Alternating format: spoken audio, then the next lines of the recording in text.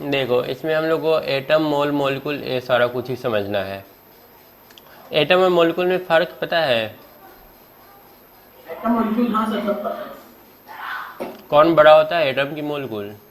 Molecule ज्यादा बड़ा है सर। मोलिकुल ज़्यादा बड़ा होता है। 2 या 3 एटम मिला करके एक मोलिकुल बनता है ना। हाँ। जैसे ऑक्सीजन एटम है पर O2 एक मोलिकुल है ना। हाँ हाँ sir.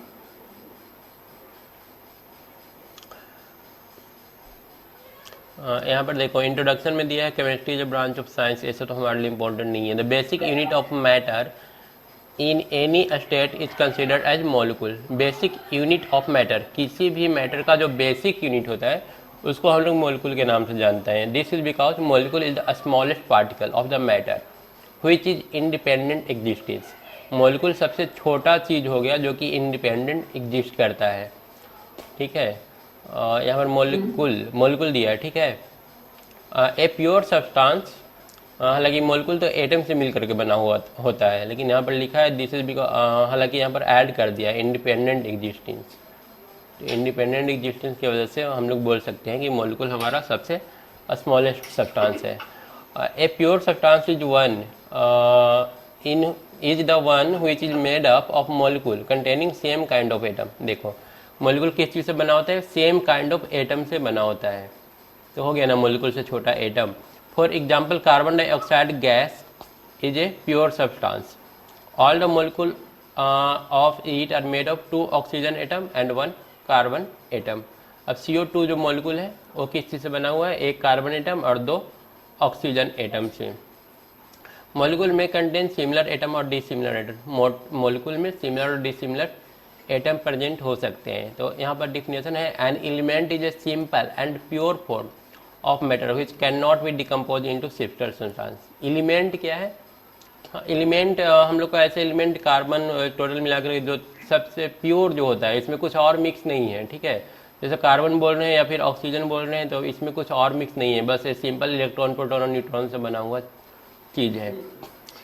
All element are made up of atom, the smallest particle of element which represent all the property of element। अब यहाँ पर एटम का डिफिनेशन दिया है, atom is the smallest particle of an element which may or may not exist इसमें or independently but can be part of chemical reaction. मतलब chemical reaction ज्यादातर में, वो कॉम्बिनेशन में ही होता हाँ, और केमिकल रिएक्शन में पार्टिसिपेट करता है। A set of atoms of the same time together form the molecule of the element. Same time का एटम मिलाकर क्या बनाता है, मोलिकुल बनाता है। The number of atoms in a molecule of element is called atomicity. अब कितने, एक मोलिकुल में कितने एटम है, इसको हम लोग एटोमिसिटी बोलते हैं। अब मोलिकुल हो सकता है मोनो एटॉमिक, डाई एटॉमिक और पॉली एटॉमिक। मोनो एटॉमिक में हो गया हमारा हीलियम, नियोन, आर्गन, क्रिप्टन, ये सब रिएक्शन नहीं करता है। ठीक है, तो ये सारा हम लोग मोनो एटॉमिक बोलेंगे। है। वैसे इस पहले वाले चैप्टर में मोल कॉन्सेप्ट भी है ना? मोल कंसेप्ट पहले वाला चैप्टर में दिया है ना। हाँ वही पूछ रहा हूँ सर। हाँ, इसी में दिया है आगे। हाँ तो सर वो मोल हटा दिया है सिलेबस से। मोल हटा दिया है, ओ तब तो चलो ठीक है। हाँ। 1 मिनट हम देख लेते हैं मोल कहाँ पर दिया है।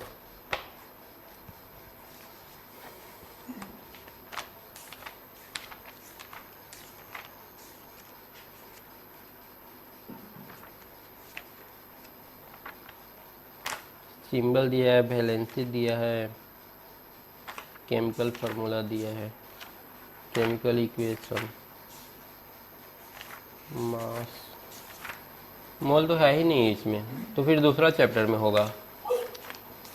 हाँ जब कहीं से तो मैं बोल गया, मैंने मतलब हमसे बात नहीं हो रही थी, दूसरी टीचर से बात कर थी कि मैंने मोल हटा दिया है, हम्म, तो इसीलिए मेरा तो सिलेबस जल्दी ओवर हो गया। अच्छा। ऐसे कह रही थी।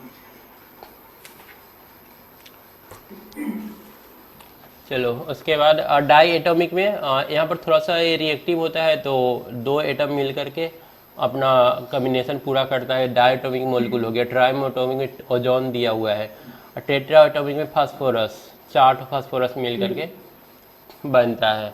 उसके बाद ऑक्टा एटॉमिक भी है, सल्फर। उसके बाद दिया है molecule is the simplest particle that has the capability to exist independently. Molecule सबसे स्मॉलेस्ट पार्टिकल है जो कि इंडिपेंडेंट पाया जाता है। The molecule of element exhibit all the property of that element. इसका जो मॉलिक्यूल होता है इसमें एलिमेंट का सारा प्रॉपर्टी पाया जाता है। Atoms of molecule of different element combine to fix ratio they form the molecule of compound. इस तरह से मॉलिक्यूल ऑफ कंपाउंड भी होता है जिसमें डिफरेंट डिफरेंट एटम पार्टिसिपेट करते हैं। Two or more kind of molecule combine to form mixture. दो और दो से ज़्यादा मॉलिक्यूल होगा, दोनों एक दूसरे से कंबाइन करके मिक्सचर बनाते हैं। मिक्सचर में include constitute as element, an element and compound or only compound. Mixture में क्या क्या हो सकता है? सिर्फ एलिमेंट्स भी हो सकते हैं, एलिमेंट्स का मिक्सचर मिल सकता है, कंपाउंड और एलिमेंट्स का मिल सकता है, या फिर ओनली कंपाउंड का मिक्सचर भी हम लोग को मिल जाता है। उसके बाद है for example salt solution is a homogeneous mixture where muddy water is a heterogeneous mixture. अब यहाँ पर दिया हुआ है mixture can be homogeneous with uniform combination और हेट्रोजीनियस। मिक्सचर दो टाइप का होता है, होमोजीनियस और हेट्रोजीनियस। ठीक है, ये तो हम लोग पढ़े, बता दे दूंगा कि नहीं। होमोजीनियस मतलब कि इन ये जो कम्बिनेशन रहेगा सेम काइंड के एलिमेंट से बना है, सेम काइंड का बना होता है। सेम काइंड के एलिमेंट्स का बना होता है। नहीं, होमोजीनियस होमोजेनियस जैसे शुगर वाटर, हाँ शुगर वाटर हो जाएगा। सैंड वाटर, हाँ हाँ, सैंड वाटर बोल सकते हैं, सैंड शुगर बोल सकते हैं, ये सब हेट्रोजीनियस हो गया। बिफोर सोलर कंबाइन कर जाते हैं और सेम काइंड के क्या कहते हैं इसको, मतलब हर जगह इक्वल प्रोपोर्शन मिलेगा दोनों का। जैसे मान लो कि शुगर मिलाया हुआ है तो इक्वल मीठा रहेगा सब जगह पर। और शुगर बालू मिला दिए, शुगर और रेत मिला दिए, सैंड मिला दिए, तो कहीं पर शुगर ज़्यादा भी हो सकता है, कहीं कम भी हो सकता है। तो ये हमारा हेट्रोजीनियस हो गया। Archimedes tried to represent a substance that they used for their experiment by different kind of pictograph symbol। अब उसके बाद सिंबल के बारे में बता रहा है। Dalton use some other type of symbol to represent element. The name of element and compound are abbreviated by using ordinary symbol and formula. बोल रहा है कि नेम ऑफ कंपाउंड जो है थोड़ी ना एग्जांपल पूछेगा, 1600 ईस्वी से। डॉट है और कार्बन ऐसा बड़ा वाला डॉट है। हाँ, लेकिन ये ध्यान रखना पड़ेगा थोड़ा सा, डाल्टन का जो सिंबल था, हालांकि सब तो याद है। हाँ, हाइड्रोजन कार्बन। अब हो सकता है इसमें ना भी पूछे क्योंकि इतना पुराना हो गया तो ये सारा याद रखना भी दिक्कत है थोड़ा। उसके बाद बेरिलियस है, इसका जो दिया हुआ है ये तो अभी जो हम लोग यूज करते हैं वही है। symbol of contain element based on Latin name represent their particular name, such as O for oxygen, H for hydrogen, C for carbon. But in some cases, the suggested symbol did not agree with the English name of the element. This was because some of the symbol based on the Latin name. ठीक है, कुछ कुछ जो symbol है वो Latin name पर depend करता है। Later, John Jacob Beijing suggested that the initial letter of the element written capital should be। But ये जो था जॉन जैकब, ये मतलब बोला कि जो भी एलिमेंट है उसका पहला लेटर रख दो तो उसी से ये हमारा नाम हो जाएगा एलिमेंट का। लेकिन ये सबके लिए सही नहीं हुआ क्योंकि ये सारा गोल्ड सिल्वर है, ये सब का लैटिन नेम यूज किया जाता है। गोल्ड का ऑरम हो गया, अर्गेस्टम हो गया, ये सारा दिया हुआ है यहाँ पर। However the method suggested by him led the basis of IUPAC system of chemical symbol and formula. उसके बाद आते हैं सिंबल पर। A symbol is the short form that stand for the atom of a specific element and abbreviation use in the name of an element. Each element is denoted by symbol. हर एक atom को हम लोग symbol से denote करते हैं, which is usually the first letter of name, जो कि ज़्यादातर लेटर का फर्स्ट नेम होता है, या फिर लैटिन रिटेन कैपिटल, या फिर फर्स्ट लेटर होता है लैटिन नेम का, या तो इंग्लिश नेम का या फिर लैटिन नेम का फर्स्ट लेटर होता है। जैसे यहाँ पर एस हो गया सल्फर के लिए, एच हो गया हाइड्रोजन के लिए। उसके बाद the first letter is written in capital while the second. अब कुछ कुछ ऐसा है कि कुछ कुछ जैसे कार्बन और कोबाल्ट दोनों मैच कर गया तो क्या किए, कार्बन के लिए सी यूज कर लिए, कोबाल्ट के लिए 2 लेटर ले लिए ना। उसके कैल्शियम, कैडमियम, क्रोमियम, आर्कलोमेंट हुई फर्स्ट लेटर, ये सारा का पहला लेटर क्या है, सी है। तो दोनों में डिफरेंस लाने के लिए हम लोग क्या किए, कोबाल्ट में सी और ओ, कॉपर में 2 लेटर ले लिए, इसका लैटिन नेम जो था। कैल्शियम में कैल्शियम का सी और ए ले लिए। मतलब क्या किए कि अगर पहला मैच कर जा रहा है ना तो दूसरा के लिए हम लोग सिंपली क्या किए, लैटिन वर्ड यूज कर लिया। हाँ लैटिन वर्ड यूज कर लिए, लड़का का मैसेज था। ठीक है। Note, be careful about capital and small alphabet. For example cobalt, cobalt के लिए CO यूज नहीं करना, नहीं तो फिर एक कार्बन मोनोऑक्साइड हो जाएगा। अब सिग्निफिकेंस ऑफ सिंबल, सिंबल का सिग्निफिकेंस क्या है? इट रिप्रेजेंट नेम, नेम बताता है। One atom of the element, symbol क्या है? एलिमेंट का एक एटम है। तीसरा मतलब एटम को ये रिप्रेजेंट करता है। तीसरा, a definite mass of the element, जैसे एक हर एटम का एक डिफिनिट मास होता है। फॉर एग्जांपल एन, एन क्या क्या बता रहा है? ये बता रहा है कि नाइट्रोजन है, ये नाइट्रोजन का 1 एटम है और इसका वेट 14 ग्राम है। मतलब 3 इन्फॉर्मेशन हम लोग को देता है। उसके बाद है symbol of some common element. अब सिंबल यहाँ पर दिया है वो तो तुम देख लोगे एक बार। उसके बाद है valency, valency of element is measure of its combining power with other. Valency बताता है कि एक कितना स्ट्रांगली दूसरे एलिमेंट के साथ कंबाइन कर सकता है। अब यहाँ पर हाइड्रोजन का वैलेंसी क्या है? 1 है। Hydrogen valency is measured in term of, एक ही ले सकता है। हाँ वो कितना इलेक्ट्रॉन वो दे सकता है या ले सकता है, इस पर डिपेंड करता है ना। वैलेंसी शेल होता है वो कितना शेयर कर सकता है और ले सकता है। हाँ जैसे मान लो कि कार्बन है, कार्बन के पास कितना होता है वैलेंसी इसका? 4। आउटर में शेल में 4 इलेक्ट्रॉन होता है, मतलब कि ये 4 मतलब दे भी सकता है और ले भी सकता है। हाँ 4 दे या ले सकता है या फिर ज्वाइन करके। वाला होता है वो हमेशा देता है और 5 6 7 वाले लेते हैं। हाँ जैसे सोडियम का हो गया, 2 आउटर में शेल में 2 इलेक्ट्रॉन होता है तो ये 2 दे देता है, तो इसका वैलेंसी बोलेंगे 2। Cl में NaCl होता है, तो हाँ। Na में 2 होता है, Cl में 6 होता है, तो दोनों म्यूचुअल कॉम्बिनेशन करके आउटर शेल कंबाइन कर देते हैं। हाँ सोडियम के आउटर शेल में 1 इलेक्ट्रॉन होता है और Cl, क्लोरीन के आउटर में शेल में 7 इलेक्ट्रॉन होता है, क्लोरीन में 6 होता है। 7 होगा। 2 2 4 5 6 7, 7। तो एक क्या करेगा ना कि अपना 1 इलेक्ट्रॉन दे देगा क्लोरीन को, तो इसका 8 पूरा हो जाएगा। टोटल 8 पूरा करना रहता है, तो 8 पूरा हो जाएगा ना तो वो स्टेबल हो जाएगा। तो सोडियम क्या करेगा? अच्छा नहीं, क्लोरीन का 6 ही होगा। हाँ ना, और बाद में सोडियम का 2 रहता है। नहीं, एक ही होता है। सोडियम का 1 होता है और क्लोरीन का 1 माइनस होता है। ए है, ठीक है। एक क्या करेगा? अपना 1 इलेक्ट्रॉन इसको दे देता है, तो इसके पास 7 से 8 इलेक्ट्रॉन बन जाता है। ठीक है। नहीं सर, सोडियम के आउटर मोस्ट शेल में 2 रहते हैं ना? ना सोडियम का आउटर मोस्ट में 2 रहते हैं, आउटर मोस्ट शेल में 2 रहते हैं। सोडियम, मैग्नीशियम का 2 होता है, हाइड्रोजन, लिथियम, सोडियम। हमको याद नहीं है पीरियोडिक टेबल। फोर्थ चैप्टर में दिया हुआ है। पीरियोडिक टेबल दिया है ना पहला चैप्टर में? एक ही हो जाता है, बाहर वाले में एक ही होता है। एक है ना। उसके बाद आते हैं मॉडर्न डिफिनेशन ऑफ वैलेंसी। तो मॉडर्न डिफिनेशन क्या है? The number of electrons that an atom can lose, वही है कि लूज या गेन, जितना इलेक्ट्रॉन लूज या गेन कर सकता है वही उसका वैलेंसी होता है। Electron in outermost shell are known as valence electron. Outermost shell में जितना इलेक्ट्रॉन होगा उसको वैलेंस इलेक्ट्रॉन बोलेंगे। जैसे कि मान लो कि सोडियम, सोडियम के आउटर मोस्ट शेल में 1 इलेक्ट्रॉन होता है, तो वैलेंस इलेक्ट्रॉन 1 हो गया और वैलेंसी भी 1 हो गया। लेकिन क्लोरीन के केस में वैलेंस इलेक्ट्रॉन 7 होगा, लेकिन वैलेंसी कितना होगा? 1 होगा। आउटर मोस्ट शेल में 7 इलेक्ट्रॉन होता है, तो वैलेंसी हम लोग 7 बोलेंगे, वैलेंस इलेक्ट्रॉन 7 बोलेंगे, और वैलेंसी कितना बोलेंगे? 1, क्योंकि ये एक ही इलेक्ट्रॉन गेन कर सकता है। आयन इज ए पॉजिटिवली और निगेटिवली चार्ज एटम। उसके बाद आयन क्या है?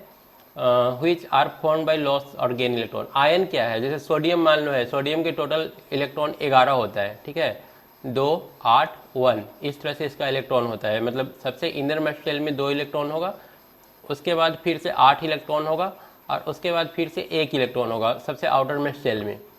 तो ए इलेक्ट्रॉन अगर किसी दूसरा को दे दे तो इसके पास अंदर में सोडियम में 11 तो प्रोटॉन है ना, पॉजिटिव चार्ज तो 11 है। मतलब स्टार्टिंग में जब ये न्यूट्रल था तो 11 प्रोटॉन था और 11 इलेक्ट्रॉन था इसके पास, तो न्यूट्रल था।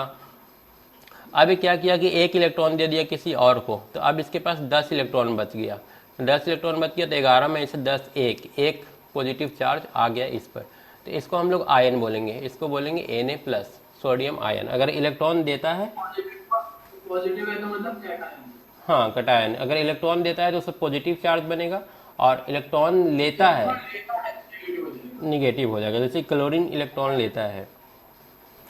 उसके बाद यहाँ पर जैसे दिखाया है, सोडियम एक इलेक्ट्रॉन छोड़ दिया, 11 इलेक्ट्रॉन था, 2 8 एक छोड़ दिया, तो अब इसके बाद सोडियम प्लस बन गया, 2 और 8।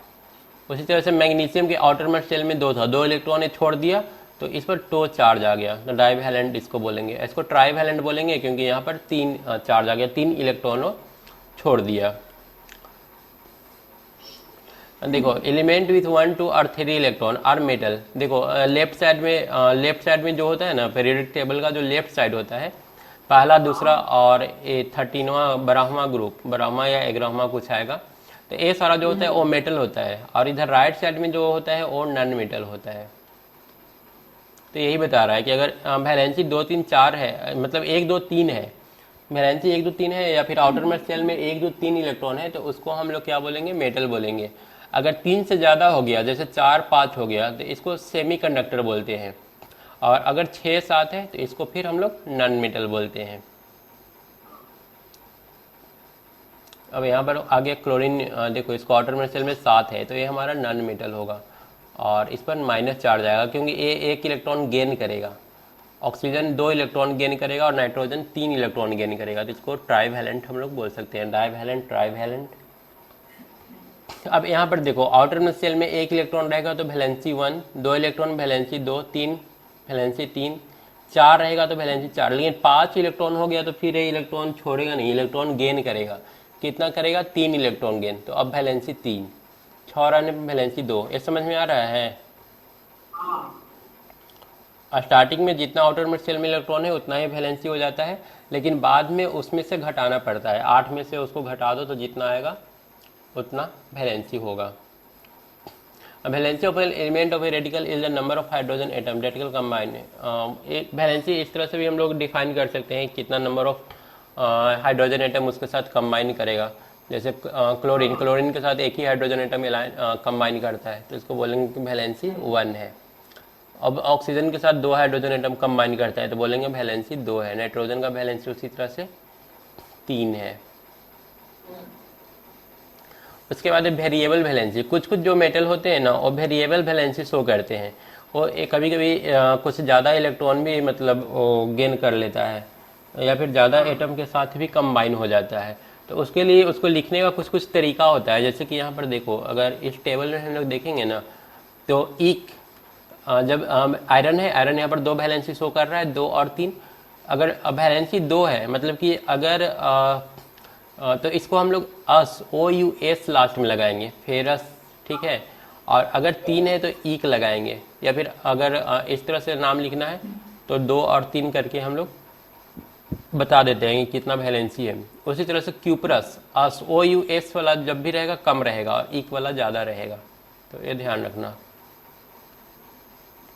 अब इसमें कुछ दे दिया है, क्या दिया है, ये वही चीज़ बताया है कि कब सफिक्स अस लगाते हैं और कब ईक लगाते हैं। Lower valency then suffix is ic, valency अगर लोअर रहेगा तब हम लोग ईक लगाएंगे, नहीं वैलेंसी जब ज़्यादा रहेगा तो ईक लगाएंगे, यहाँ पर दिया है। हायर वैलेंसी के लिए ईक और लोअर वैलेंसी के लिए अस वर्ड लगाते हैं। उसके बाद अब फार्मूला कैसे बनता है किसी भी कंपाउंड का। The symbolic representation of molecule is called formula. Symbolic representation formula कहलाएगा। A molecular formula also known as chemical formula employ symbol to denote the molecule of an element of a compound. अब यहाँ पर O2 NR2 ये सारा जो है ये molecular formula है ना, ऑक्सीजन का, नाइट्रोजन का। मॉलिक्यूल ऑफ ए एलिमेंट में कंटेन 1 और मोर एटम।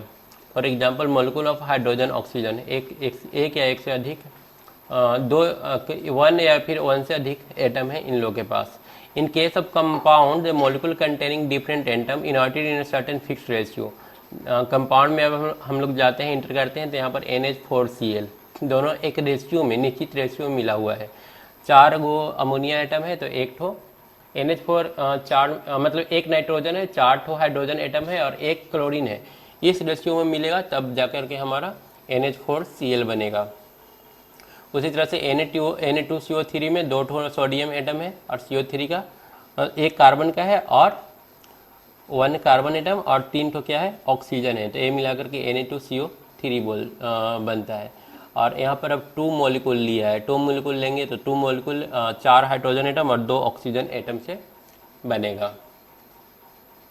उसके बाद है significance of molecular formula. Molecular formula के अंदर क्या क्या हम लोग गेन करते हैं, क्या क्या बेनिफिट मिलता है।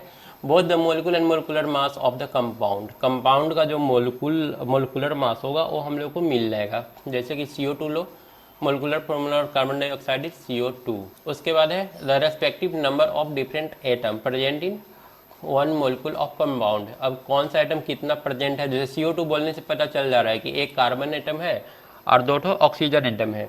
उसके बाद थर्ड है the ratio of the representative respective masses, mass का रेशियो क्या होगा। तो यहाँ पर देखो कार्बन का जो मास होता है ए टोटल तो 44 मास हो गया, तो 44 मास में 12 पार्ट जो है कार्बन का होगा और 16 पार्ट जो होगा वो ऑक्सीजन का होगा। तो ये 3 चीज़ हम लोग को मोलिकुलर फार्मूला से मिलता है। उसके बाद है रेडिकल। अब रेडिकल क्या है, molecule of a compound is usually made up of 2 parts. Molecule जो होता है कंपाउंड का 2 पार्ट से बना होता है। जैसे NaCl किस चीज़ से बना हुआ है, Na+ और Cl- से। उसी तरह से यहाँ पर एग्जांपल दिया है पोटेशियम क्लोराइड का, एक किस चीज़ से बना हुआ है, पोटेशियम और क्लोराइड से। So potassium is 1 radical and chloride is other. तो पोटेशियम और क्लोराइड यहाँ पर 2 रेडिकल हो गया। A radical is atom or group of atom of the same or different element. जैसे कि देखो यहाँ पर ग्रुप ऑफ एटम भी हो सकता है, NH4Cl। तो यहाँ पर NH4 पहला रेडिकल हो गया और Cl दूसरा रेडिकल हो गया है, NH4+ Cl-। तो यही बोल रहा है कि ग्रुप ऑफ एटम भी हो सकता है। जैसे कि NH4Cl+ में नाइट्रोजन और हाइड्रोजन है। यहाँ पर भी देखो NaSO4 लिया है, Na2SO4 अगर हम लोग लेंगे तो यहाँ पर 2 रेडिकल हो जाएगा, एक तो SO4 सल्फेट रेडिकल और यहाँ पर पोली एटॉमिक पोटेशियम क्या लिया है, यहाँ पर simple radical when it is atom only like sodium and magnesium. It is not compound radical when it is made of group of 2। सिर्फ ऐसे ही बता दिया। जैसे सल्फेट रेडिकल अगर हम लोग लेंगे ना, हम एग्जाम्पल ले लेते हैं Na2SO4 का। तो यहाँ पर Na2+ और SO4 2-। तो यहाँ पर ए जो रेडिकल है, दूसरा radical, A group of element से बना हुआ है। सल्फर और ऑक्सीजन का बहुत सारा ग्रुप इसमें मिला हुआ है। In the formation of potassium chloride, the potassium radical has been combined with the basic potassium hydroxide and it radical called basic radical। अब यहाँ पर कुछ दिया है एक एग्जांपल साल्ट का, ए बेस है और ए एसिड है और यहाँ पर साल्ट का फॉर्मेशन कर रहा है।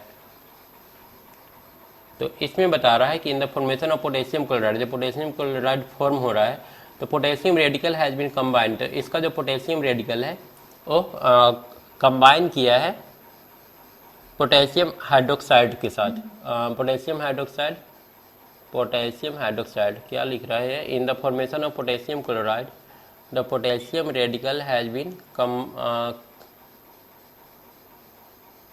Contributed by the base potassium hydroxide.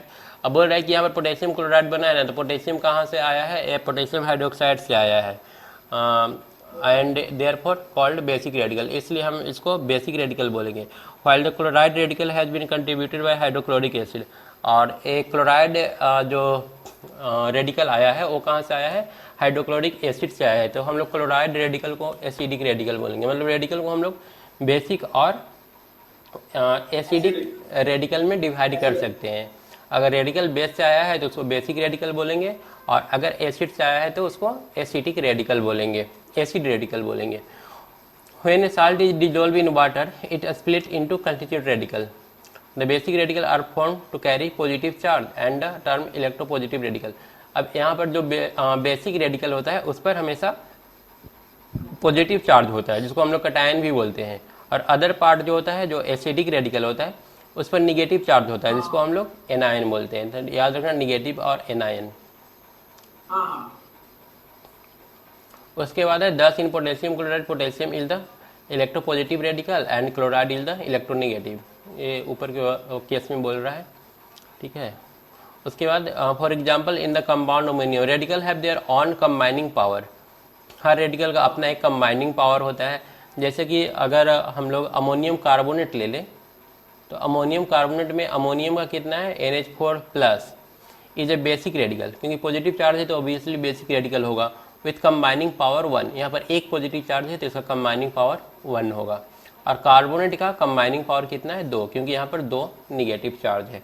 मतलब कि अमोनियम कार्बोनेट में अमोनिया जो है उसका जो कंबाइनिंग पावर है वो 1 है और कार्बोनेट जो है उसका कंबाइनिंग पावर 2 है। अब यहाँ पर सबका कंबाइनिंग पावर दिया है, देखो अमोनियम का, औरस का, अर्जेंटाइंस का। ये थोड़ा सा बहुत डिफिकल्ट है, मतलब याद रखना, ठीक है। यहाँ पर 2 वाला दिया है डाइवैलेंट जितना एटम है इलेक्ट्रोपॉजिटिव, और ट्राइवैलेंट का यहाँ पर दिया हुआ है। तो ये तुमको याद रखना होगा, ये याद रखेंगे तभी हम लोग कंपाउंड का केमिकल फार्मूला क्या होता है ये बता पाएंगे। इसी की हेल्प से केमिकल फार्मूला तैयार होता है। उसके बाद अब आते हैं आगे। यहाँ पर लिस्ट दिया है some common electrovalent negative ion. यहाँ पर आयंस का इस तरह से दे रखा है, ब्रोमाइड हो गया, क्लोराइड हो गया, फ्लोराइड हो गया। तो देखो यहाँ पर ATE लगा हुआ है, यहाँ पर भी ध्यान रखना। सल्फाइड 2 है, फॉस्फाइड, ये तो याद ही रखना पड़ेगा, एक दो बार पढ़ेगा तो फिर हो जाएगा ये। उसके बाद है राइटिंग केमिकल फार्मूला। उसके बाद केमिकल फार्मूला लिखते कैसे हैं, कितना है अभी ये टॉपिक। कैसे केमिकल फार्मूला कैसे लिखेंगे वो बताया है। Write the symbolic side by side, basic radical is written first and acidic radical बाद में। यहाँ पर देखो ये बेसिक रेडिकल है और ये एसिडिक रेडिकल है, ठीक है। Write the valency of each atom, देखो यहाँ इसका वैलेंसी 2 है, इसका वैलेंसी 1 है। ये एटम के ऊपर लिख लिया जाता है, ठीक है। दोनों का वैलेंसी लिख लिया। अब वैलेंसी पीछे के टेबल में दिया हुआ है, ठीक है। उसके बाद है इग्नोर द पॉजिटिव और निगेटिव सिंबल ऑफ रेडिकल। इसका जो ए पॉजिटिव सिंबल है, निगेटिव सिंबल है, इसको इग्नोर कर दो। जैसे कि यहाँ पर देखो बिल्कुल इग्नोर कर दिया है Mg2, और यहाँ पर ये क्या किया है, एक्सचेंज ऑफ वैलेंसी। यहाँ पर देखो Mg2 ये जो पॉजिटिव साइन था उसको इग्नोर कर दिया, क्लोरीन का भी जो माइनस था उसको इग्नोर कर दिया, ठीक है। सिर्फ ऐसे ही लिख दिया ऊपर। उसके बाद अगला स्टेप में क्या करेंगे, divide the valency number by their highest common factor if they to get the simplest ratio. इसको अभी इग्नोर करो, 4 नंबर को। 5 नंबर देखो interchange the valency of the radical. अब इसका वैलेंसी इंटरचेंज कर दो। ये 2 जो है क्लोरीन के पास और एक इसके पास लिख दो। अब MgCl2 बन गया। समझ में आया। अब यहाँ पर देखो Fe3O2 का, Fe3 का वैलेंसी लिख लिए, ऑक्सीजन का वैलेंसी लिख लिए, 3 और 2। अब इसको चेंज कर दो, 3 को लेके चल रहा ऑक्सीजन के पास। ये जो 3 था ये ऑक्सीजन के नीचे लिखा जाएगा, और ये जो 2 था वो Fe के सामने लिखा जाएगा। तो इस तरह से हम लोग चेंज कर देते हैं। तो ये तरीका हो गया केमिकल फार्मूला लिखने का। अब यहाँ पर कुछ उसका फार्मूला दे रखा है, ये तुम सेल्फ स्टडी करना इसको। जैसे पोटेशियम क्लोराइड, पोटेशियम का लिख लिया, क्लोरीन का लिख लिया, फिर इंटरचेंज कर लिया, क्लोरीन बन गया। तो यहाँ पर बहुत सारा सबका दिया है, देख लेना एक बार। जैसे सोडियम कार्बोनेट का, सोडियम का 1 होता है, कार्बोनेट का वैलेंसी -2 होता है, तो Na2CSO4 बन गया। ये तुमको एक बार देख लेना है सारा। उसके बाद नेमिंग ऑफ सर्टेन कंपाउंड। अब किसी भी कंपाउंड का नेम हम लोग कैसे देते हैं, तो इसका कुछ रूल है। सबसे पहले अगर मेटल और नॉन मेटल है तो उसको कैसे देंगे। जैसे यहाँ पर कैल्शियम मेटल है और नाइट्रोजन क्या है, non metal. The metal is written first, पहले मेटल को लिख लो। जैसे कैल्शियम है, पहले कैल्शियम को लिख लिए। By the non metal and the suffix ID is added to non metal.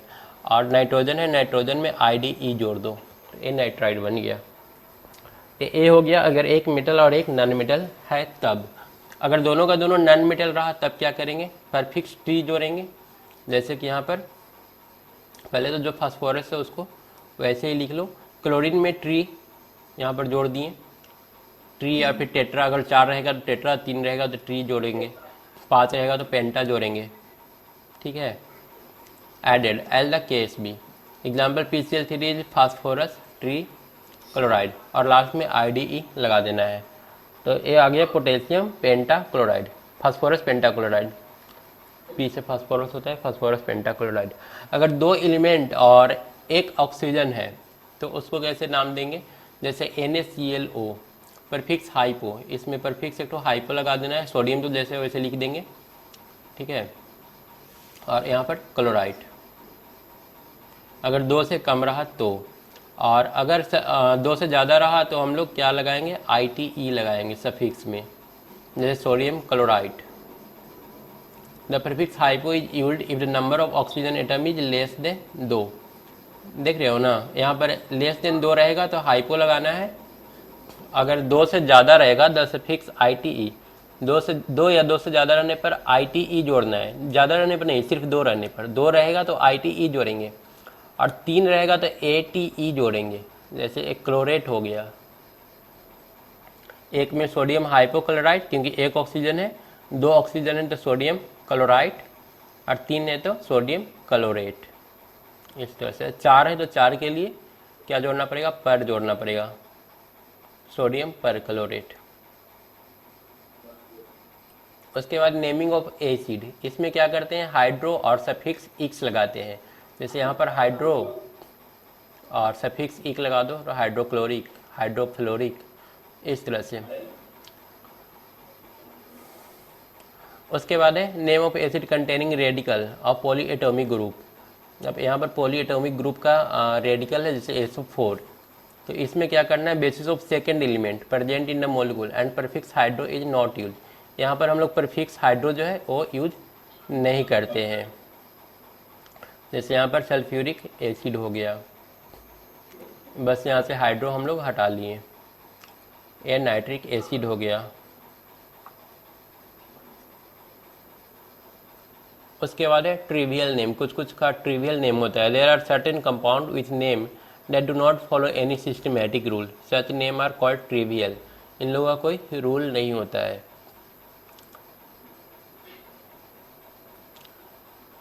अब यहाँ पर है नाइट्रोजन ट्रीहाइड्राइड, इसका कोई रूल नहीं है। हाइड्रोजन मोनो ऑक्साइड या फिर हाइड्रोजन डाइऑक्साइड, ये सब का कोई रूल नहीं होता है। उसके बाद calculate the valency from the formula, formula से हम लोग वैलेंसी कैसे कैलकुलेट करेंगे, तो उसके लिए स्टेप्स हैं। राइट द गिवन फार्मूला, हम लिख लिए। इंटरचेंज द सबस्क्रिप्ट, अब नाइट्रोजन का एक है तो ऑक्सीजन के पास, और ऑक्सीजन वाला नाइट्रोजन के पास, सबस्क्रिप्ट लिख लिए। 2 ऑक्सीजन था तो 2 लिख लिए। उसके बाद valency of the oxygen is taken as 2, अब वैलेंसी क्या हो जाएगा, ऑक्सीजन का 2 हो जाएगा। Therefore multiply both the subscript by 2। Sir 1 minute रुकिए, सर 1 मिनट रुकिए। देखो ये बहुत वैलेंसी निकालने के लिए बताया है कि जैसे मान लो कि NO2 दे दे, अब बोले कि नाइट्रोजन का वैलेंसी कितना होगा, तो कैसे पता करेंगे, तो सिंपल पता करने का तरीका है, ऑक्सीजन का वैलेंसी -2 होता है, और ये 2 एटम है ऑक्सीजन का, -2 × 2 हो जाएगा, और प्लस x, दोनों मिला करके 0 होना चाहिए। x बराबर कितना आ गया, 4। हम लोग बोलेंगे कि नाइट्रोजन का वैलेंसी 4 होगा, और बाकी ये जो प्रोसेस बताया है उसको इग्नोर कर सकते हो, ठीक है। अगर 2 एटम दे और एक का वैलेंसी निकालने के लिए बोले तो हम लोग एक का वैलेंसी पीछे से देख लेंगे, जो टेबल दिया हुआ है। जैसे ऑक्सीजन के केस में -2 होता है इसका वैलेंसी, तो -2 × 2 कर दो, 2 एटम है तो R + X। चलो ठीक है, ये वाला तो ख़त्म हो गया हम लोग का। एक्सरसाइज तुम देख लेना, एक्सरसाइज है तुम्हारे पास, हाँ रहता है सर। देख लेना एक बार, और उसके बाद नेक्स्ट डे ख़त्म हो जाएगा। अभी कितना है इसमें, केमिकल इक्वेशन, हाँ सर। चलो देख लेते हैं। Chemical equation, a chemical equation is the symbolic representation of a chemical reaction. Chemical equation क्या है, रिप्रेजेंटेशन है एक तरह से केमिकल रिएक्शन का, ठीक है।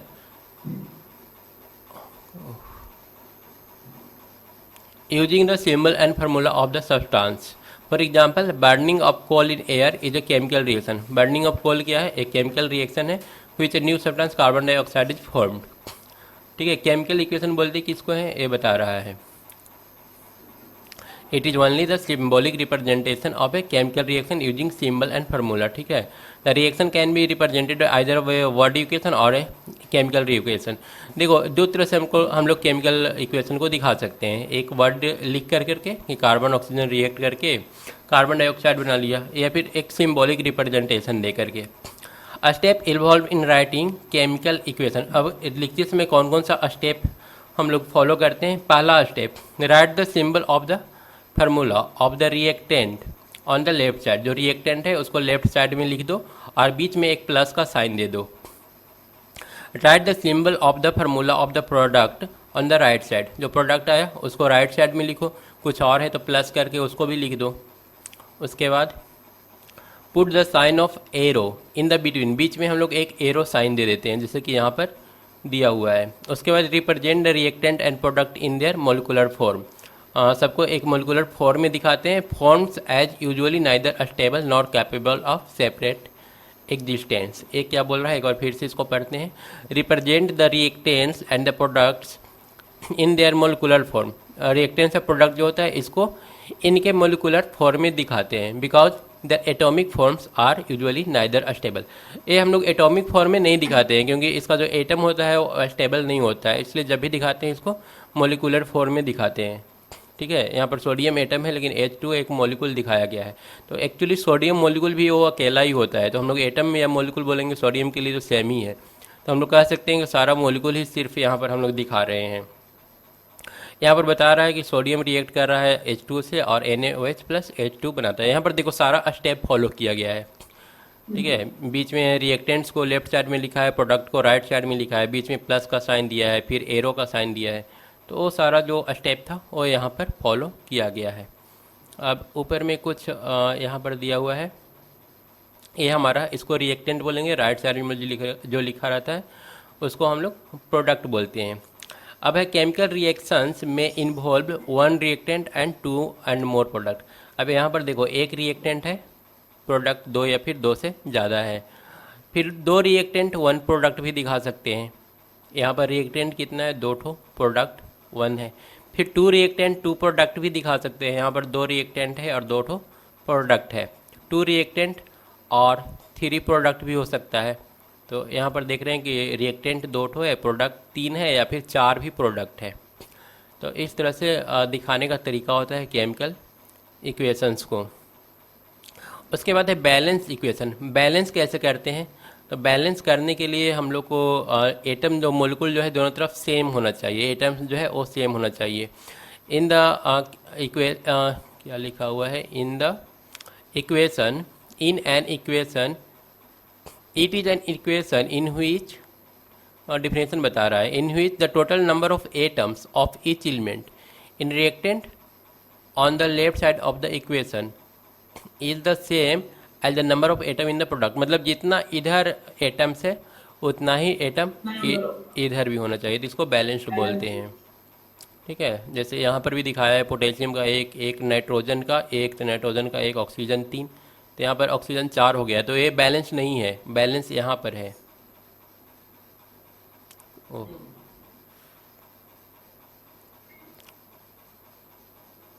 ये वाला बैलेंस है ना।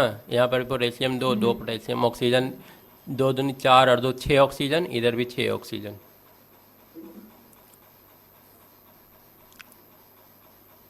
उसके बाद दिया है how to balance the chemical equation. Chemical equation को बैलेंस कैसे करते हैं, तो सबसे बेस्ट मेथड है हीट एंड ट्रायल मेथड। अंदाज से देख लो कैसे, जैसे यहाँ पर किया है, heat and trial method use करके दोनों तरफ गिन लेंगे कितना एटम किधर है और फिर मल्टीप्लाई करके उसको मिला लेते हैं। और दूसरा है पार्शियल इक्वेशन मेथड। तो सबसे पहले हीट एंड ट्रायल मेथड देख लेते हैं।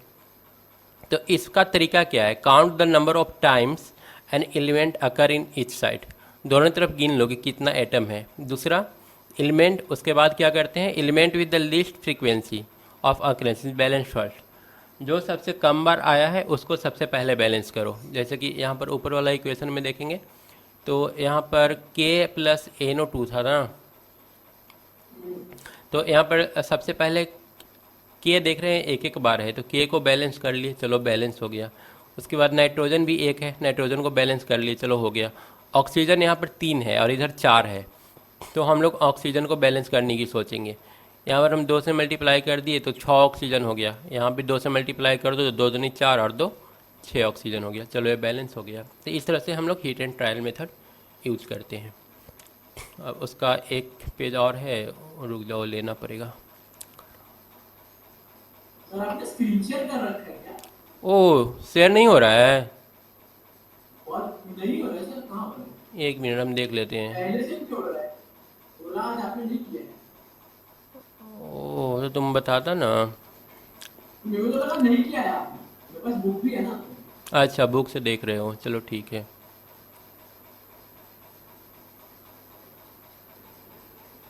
उसके बाद तीसरा जो स्टेप था, तीसरा स्टेप में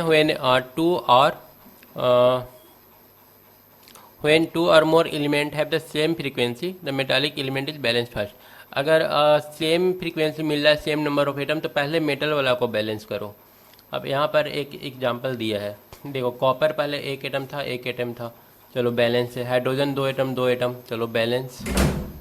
उसके बाद आते हैं सल्फर, सल्फर में 1 एटम है और प्रोडक्ट में 2 एटम है। तो सबसे पहले हम लोग को सल्फर को बैलेंस करना पड़ेगा।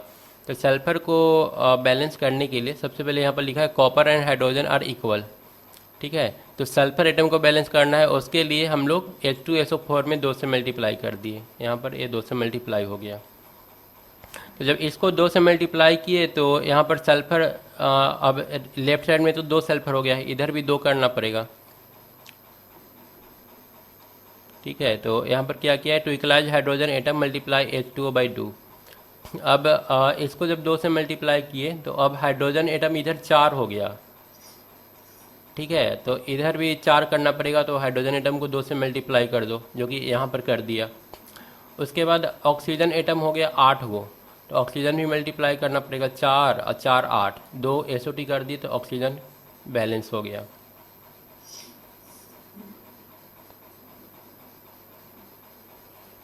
SO2 यहाँ पर 4 ऑक्सीजन और 4 8, अच्छा ऑक्सीजन बैलेंस है, लेकिन सल्फर बैलेंस तो नहीं होगा, फिर SO2 करेंगे।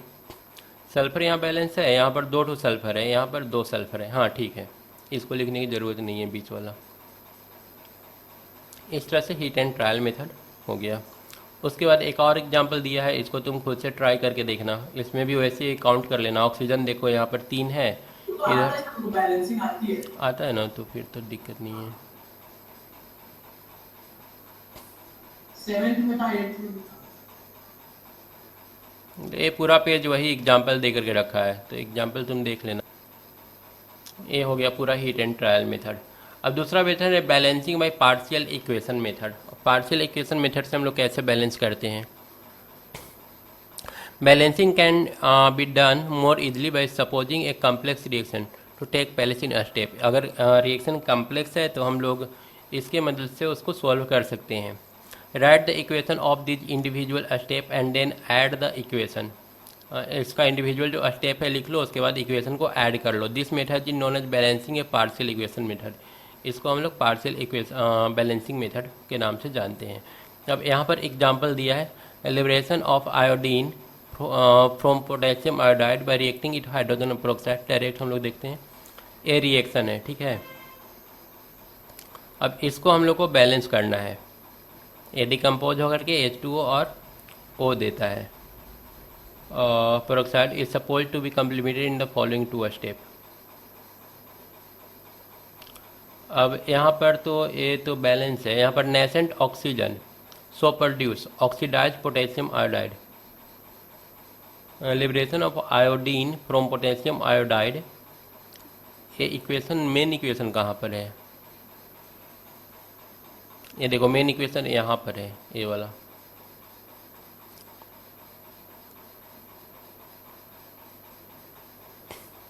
तो इसको करने के लिए क्या किया, सबसे पहले H2O2 को बैलेंस कर लिया। H2O2 decompose to gain H2 और नेसेंट ऑक्सीजन। अब nascent oxygen produced oxidize potassium iodide. अब यहाँ पर पोटेशियम आयोडाइड ले लिया, ये हमारा है पोटेशियम आयोडाइड, और यहाँ पर नेसेंट ऑक्सीजन। अब इसको क्या किया कि बैलेंस कर दिया। अब इन दोनों को ऐड कर दिया तो हम लोग को बैलेंस इक्वेशन मिल गया। अब बैलेंस इक्वेशन से क्या क्या इन्फॉर्मेशन मिलता है? Information conveyed by a balanced chemical equation. अब देखो एक यहाँ पर इक्वेशन लिखा हुआ है, ये हमको क्या क्या बता रहा है? पहला बता रहा है about the actual result of chemical change, reaction के बाद किस टाइप का प्रोडक्ट बन रहा है ये हमको बता रहा है। दूसरा about the reactant involve and the product, क्या क्या रिएक्टेंट है इसमें और क्या क्या फाइनली प्रोडक्ट मिल रहा है ये हम लोग को इन्फॉर्म कर रहा है। About the number of molecule of each substance, कौन सब्सटेंस का कितना, जैसे NaOH का 2 मॉलिक्यूल यूज हुआ है, H2SO4 का 1 मॉलिक्यूल यूज हुआ है, ये हमको बता दिया। Here 2 molecule of sodium hydroxide, वही चीज़ लिखा हुआ है। उसके बाद next about the chemical composition of the respective molecule, अब प्रत्येक मॉलिक्यूल किस किस कंपोजिशन से मिलकर के बना हुआ है। जैसे NaOH बता रहा है कि सोडियम और हाइड्रोक्साइड के मिलने से बना हुआ है, मतलब सोडियम से, ऑक्सीजन से और हाइड्रोजन से मिलकर के बना हुआ है। ठीक है, तो इंडिविजुअल एटम्स के बारे में जानकारी दे देता है। उसके बाद है E, molecular mass, 80 part of weight of sodium hydroxide reacted, मतलब यहाँ पर बता रहा है कि 80 पार्ट जो है सोडियम हाइड्रोक्साइड का और 98 मास ऑफ सल्फ्यूरिक एसिड, इससे कंबाइन कर रहा है और ये जो बना रहा है, मतलब इसका भी एटॉमिक मास हम लोग कैलकुलेट कर सकते हैं। तो 80 + 98 लेफ्ट साइड में और राइट साइड में ए है, ये देखो ए 80 + 98, इधर 142 + 36, दोनों मिला करके 178। हाँ डिस्कनेक्ट हो गया तो सर, अच्छा काफी टाइम पहले डिस्कनेक्ट हो गया अच्छा। जो हम लोग Cu + H2SO4 वाला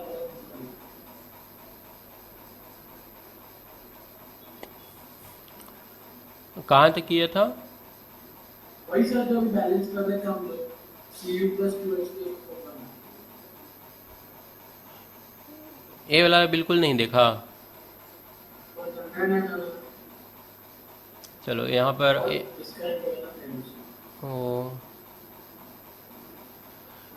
यहाँ पर तक तो हीट एंड ट्रायल मेथड था, ठीक है। उसके बाद हम लोग का नया जो शुरू हुआ balancing of partial equation method.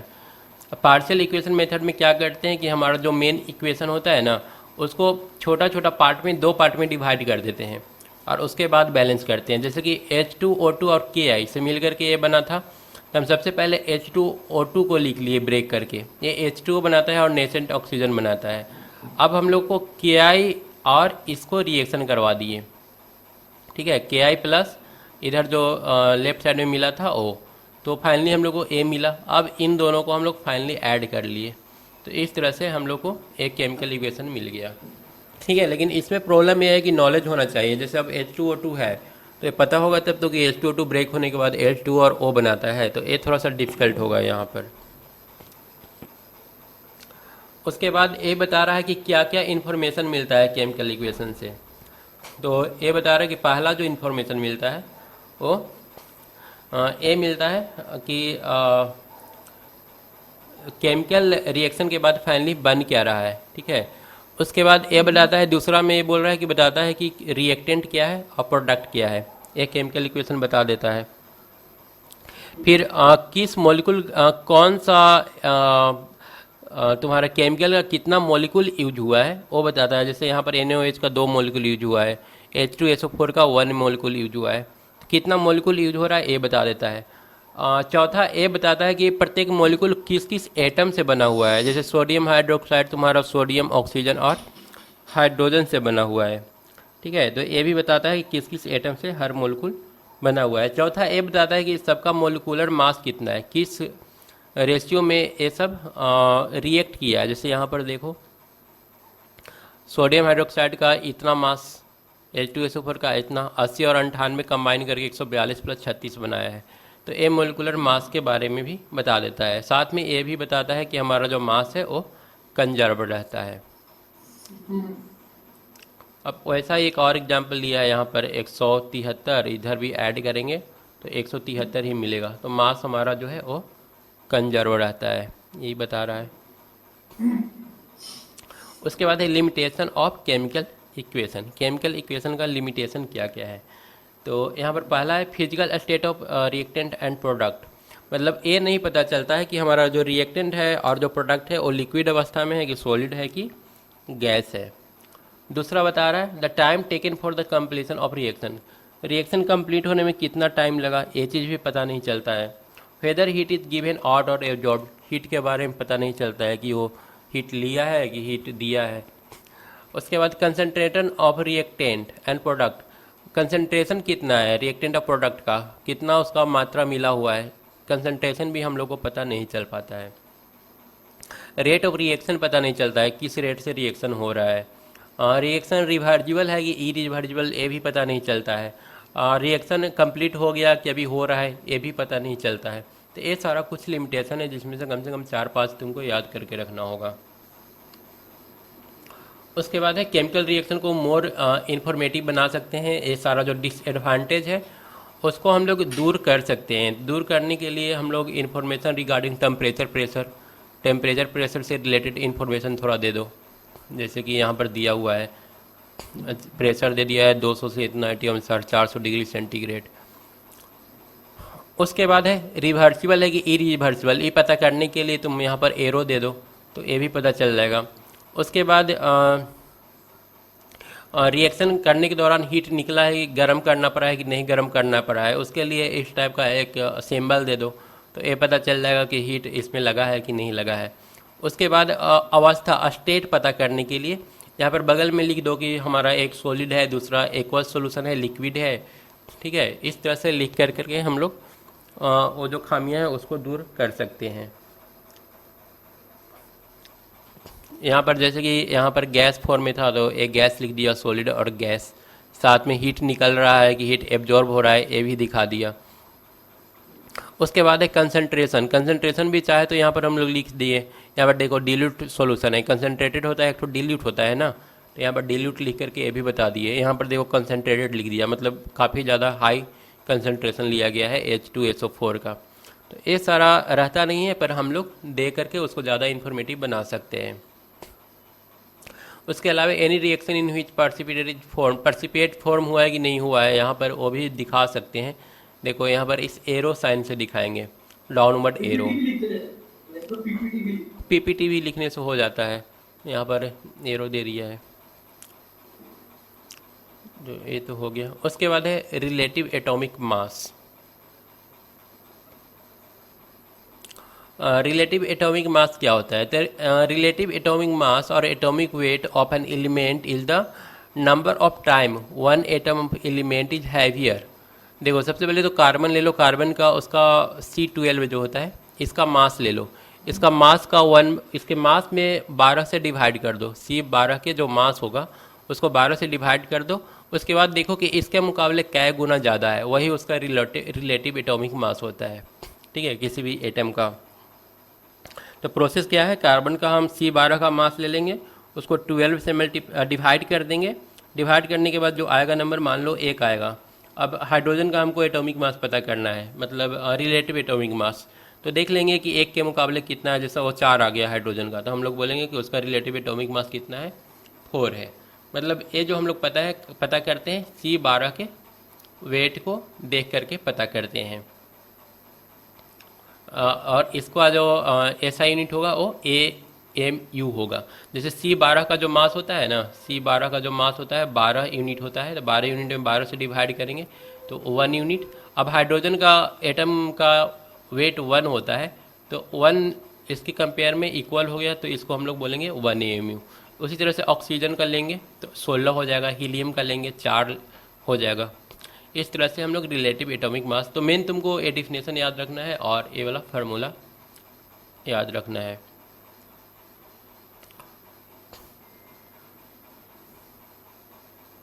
अब एक AMU कितना होता है, एक AMU होता है 1.6 × 10⁻24 ग्राम के बराबर। एक मोल भी इतना ही होता है। एक मोल इतना ही होता है, हमको याद नहीं है।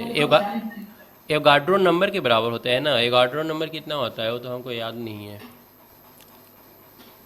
1 मोल एवोगाड्रो नंबर के बराबर होता है, एवोगाड्रो नंबर कितना होता है हमको याद नहीं है, इसमें दिया होगा शायद नीचे। रिलेटिव मोलिकुलर मास, तो ये तो हम लोग पढ़ चुके हैं। हाँ सर, एक मोल होता है 6.022 × 10⁻20। हाँ वो होता है एवोगाड्रो नंबर। एवोगाड्रो नंबर हाँ, एवोगाड्रो नंबर उसको बोलते हैं।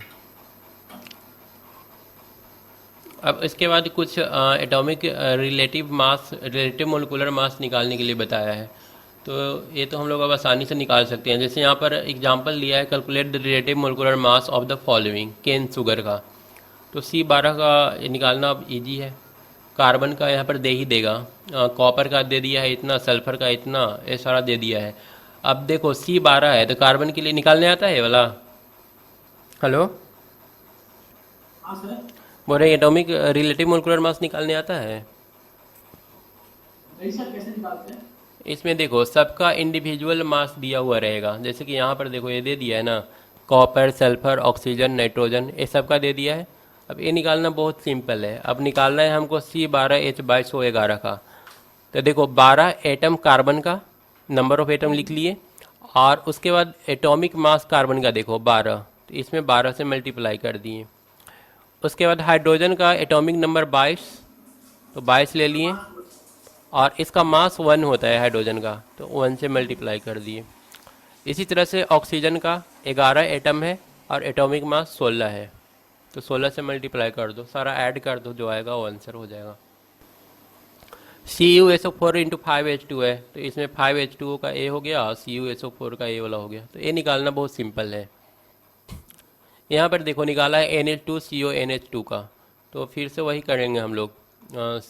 नाइट्रोजन 2 एटम है, उसका एटॉमिक मास 14 होता है, तो नाइट्रोजन का 28 हो गया, कार्बन का 12 हो गया, हाइड्रोजन 4 को लिया है तो 4 हो गया। इस तरह से ऐड कर दो तो ये आ गया। तो एटॉमिक मास निकालना सिंपल है। अब यहाँ पर परसेंटेज कंपोजिशन कैसे निकालेंगे, तो परसेंटेज कंपोजिशन निकालने के लिए टोटल वेट ले लेंगे एलिमेंट का, ठीक है, जो इसका निकालना है, और ये टोटल का वेट, ठीक है, एलिमेंट का वेट बटा टोटल कंपाउंड का वेट। अब यहाँ पर देखो एक एग्जांपल से इसको ज़्यादा अच्छा समझ में आएगा। Calculate the percentage of hydrogen in water. तो सबसे पहले हाइड्रोजन का एटॉमिक वेट निकाल लो। हाइड्रोजन का यहाँ पर H2 है ना, तो 2 हो गया हाइड्रोजन का एटॉमिक वेट। और टोटल कंपाउंड का निकाल लो। कंपाउंड का आ गया 16 और 2 18, तो 2/18 कर दो, इसमें 100 से मल्टीप्लाई कर दो। आया समझ में? अब इसमें निकालना है calculate the percentage of nitrogen. तो सबसे पहले तो नाइट्रोजन का निकालो कि कितना होगा एटॉमिक मास। तो नाइट्रोजन यहाँ पर 2 एटम यूज किया है, तो 14 हो गया, तो 28 हो गया नाइट्रोजन का, और इसमें डिवाइड करेंगे टोटल एटॉमिक मास 60 से, और 100 से मल्टीप्लाई कर देंगे, ये परसेंटेज में आ जाएगा। यहाँ पर आ गया 28/60 × 100। तो ये निकालना मोलिकुलर मास या परसेंटेज मोलिकुलर मास, ये सब निकालना बहुत सिंपल है। उसके बाद है empirical formula of compound. Empirical formula क्या होता है? The empirical formula of a compound is the simplest formula. जैसे मान लो कि H2O2 है ना, तो H2O2 को दोनों का तो 2-2 ही है, हम लोग 2-2 हटा देंगे और सिर्फ HO लिख दो, तो ये सिंपलेस्ट फार्मूला बन गया। इसी को एम्पिरिकल फार्मूला बोलते हैं। अब एक और एग्जांपल ले लो C6H12O6 का, इसको हम लोग लिख लेंगे CH2C। सिंपलेस्ट फार्मूला एकदम, यही हमारा एम्पिरिकल फार्मूला होता है। उसके बाद है empirical formula mass is the empirical formula mass क्या होगा? H2O2 में 2 हटा दो, HO का जो मास आएगा वो हम लोग आ जाएगा एम्पिरिकल फार्मूला मास। कंप्लीट हो गया चैप्टर। अब एक बार तुम पढ़ लो सारा चैप्टर। 3 चैप्टर तो हो गया केमिस्ट्री का, एक और हम लोग का बचा हुआ है, 3 तुम पढ़ लो। ठीक है सर, तो लीव करता हूँ। ठीक है।